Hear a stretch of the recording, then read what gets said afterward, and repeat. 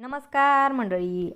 Star प्रवाहावरील लग्नानंतर होईलच प्रेम या मालिकेचा जबरदस्त असा प्रोमो आपल्या समोर आलेला आहे आणि ह्या प्रोमोमध्ये आपल्याला असं बघायला मिळणार आहे की देशमुख आणि मोहिते कुटुंबाने ठरवलेलं असतं की पुन्हा एकदा पार्थ आणि काव्या जीवानंदिनीचं लग्न लावून द्यायचं. लग्नानंतर प्रेम झालं आणि आता प्रेमानंतर पुन्हा यांचं लग्न होणार आहे. सगळेच खूप आनंदात असतात. तर महत्त्वाचं म्हणजे रम्यासुद्धा आता यांच्या लग्नाला तयार झालेली असते. त्याचमुळे आता पार्थ आणि काव्याला थोडा संशय आलेला आहे. रम्या सहजासहजी हार मानणारी मुलगी नाहीये. तर रम्या फक्त मुद्दाम असं दाखवत असते की ती पार्थच्या लग्नापासून खुश आहे.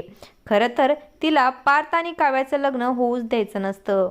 गुरुजींनी जेव्हापासून रम्याला सांगितलं की तू आणि पार्थ लग्न मंडपात उभे आहात, पण यापुढे काय होणार हे रम्याने ऐकूनच घेतलेलं नाहीये. कारण गुरुजी यापुढे काहीतरी सांगणार होते. त्यांनी सांगितलेलं नाहीये की तुझं आणि पार्थचं लग्न होणार आहे.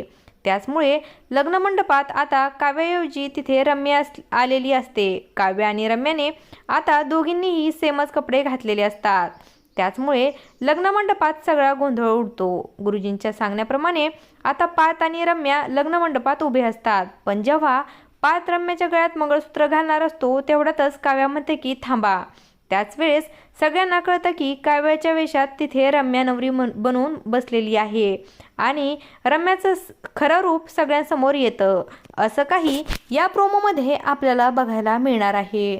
अशाच मालिकांच्या नवनवीन अपडेट्स पाहण्यासाठी आपल्या चॅनलला सबस्क्राईब करा आणि व्हिडिओ आवडला असेल तर लाईक आणि शेअर करायला विसरू नका. धन्यवाद.